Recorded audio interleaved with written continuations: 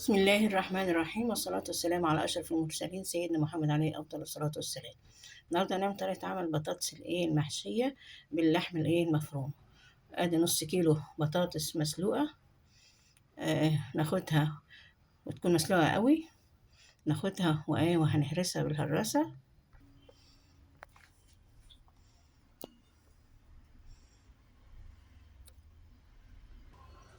ادي هرسنا ولا هلكنا البطاطس اهي. حطيت عليها من نص كوباية كده إلا كوباية إلا اللهم صل على النبي دقيق. هنحط لها دلوقتي 3 معالق نشا. تمام. نحط لها معلقة صغيرة بودر، وادي الملح، وهنرب البيضة ديت عليها الفلفل الأسمر. خلاص، وده كله هيتمزج مع بعضه. تمام. هنزل كله مع بعضه. نمسك بقى نكورها كده. بعد ما نكورها هنحشيها باللحمة المفرومة. تمام. ادي خلصنا بتاع ده. ادي حطيت البيضة اهي. هنمسكها بيها نربها كده بالفلفل الاسمر والملح. خلاص. وبعد كده هنعجنها بقى كويس.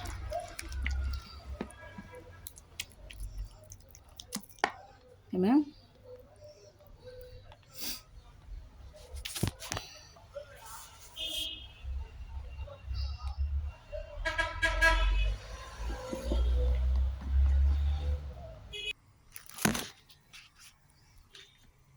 ادي كورتها. بعدين نعمل لها حفرة كده.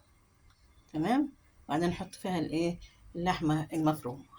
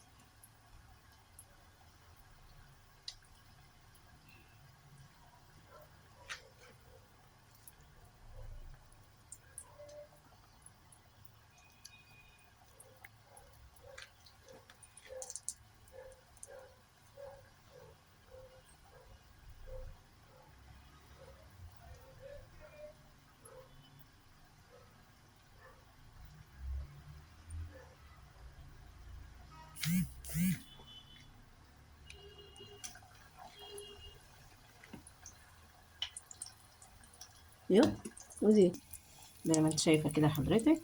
ادينا عملتها كده. تمام. زي الشكل اسطواني كده. بعد ما حشيتها. خلاص. ملحوظة بقى، لأن في بطاطس بتبقى سايحة ونايحة كده. انتوا عارفين هي البطاطس اللي مش بتاعة التحمير. تعجنيها عادي يعني. لو احتاجت دقيق أكتر من كوباية، يعني أنا قلت من كوباية إلا ربع إلى كوباية. احتاجت كوباية ماشي، حط لها تبع البطاطس ما في إيدك كده، كأنها تحس إنها فيها عجينة كده. عجينة في إيديك حلوة كده. خلاص ملساء. وقبل بقى ما تحطيها، يعني هتكوريها. تمام. تحطها في الدقيق. تلفيها كده بالدقيق عشان تبقى تاخد الغلاف الخارجي بتاعها يعني، وتبقى ناشفة وحلوة وجميلة. خلاص. يبقى دينا ادي عبارة عن هنقول تاني. عبارة عن نص كيلو بطاطس مسلوقة كويس قوي، نهرسها بالهراسة.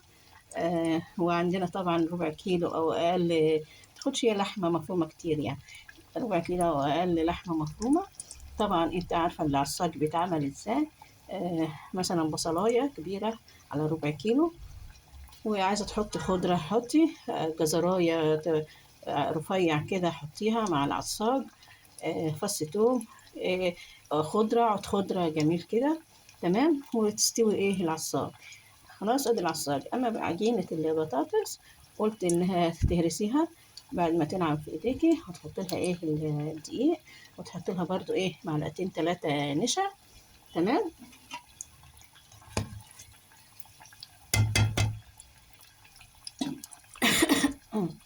وتحط لها برضو ايه نشا حضرتك. وربع كده معلقه ايه بودر عشان تبقى خفيفه، تحس انها خفيفه وهشه كده. تمام.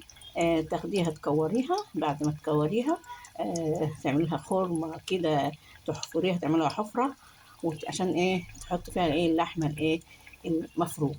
خلاص. وتعمليها ايه زي ما قلت لك كده. انا عاملاها ايه، عايز تعمليها دواير اعمليها انها اسطوانية زي ما انا عاملة كده، بتبقى منظرها جميل قوي في العزومات. لما ماما طول عمرها نعمله في العزومات الايه بطاطس اللي هي الاسطوانية ديت كده. ماشي. تبقى حلوة وجميلة ولها منظر جميل. حط تحت الطبق كده خضرة كده. شوفي جميلة ازاي